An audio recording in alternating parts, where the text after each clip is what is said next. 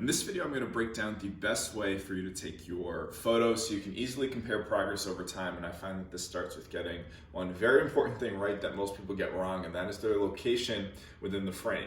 So if we look at your photo after the fact and you're tucked away in the corner here, it's going to be very, very hard to compare progress over time. Whereas if you take up most of the frame, which there's an easy way to do, I'll show you in a second, it is easier to compare that progress in a more accurate way. So what I do to make sure I get consistent photos with a good angle is actually set up my phone on a front-facing camera like this on a countertop or something countertop height. So whether you use a kitchen table, a bed, a couch, a bathroom countertop, anything that's going to be the same every single month, and then all you do, and I'll have my camera woman come in for a second, is step back, arms relaxed by your sides. Again, you'll see I take up most of the frame here. There's not a lot of dead space around me. I'll take this front shot, turn to the side. Don't want your arms up in front of you. You want them relaxed.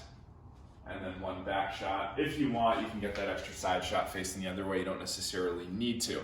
The two most important things I need you to do when you're taking these photos, number one is to be completely relaxed. A lot of people are uncomfortable. Understandably, they end up a little rigid or sucking in without realizing it. Take a deep breath, relax. You'll be glad because the photos will be more accurate.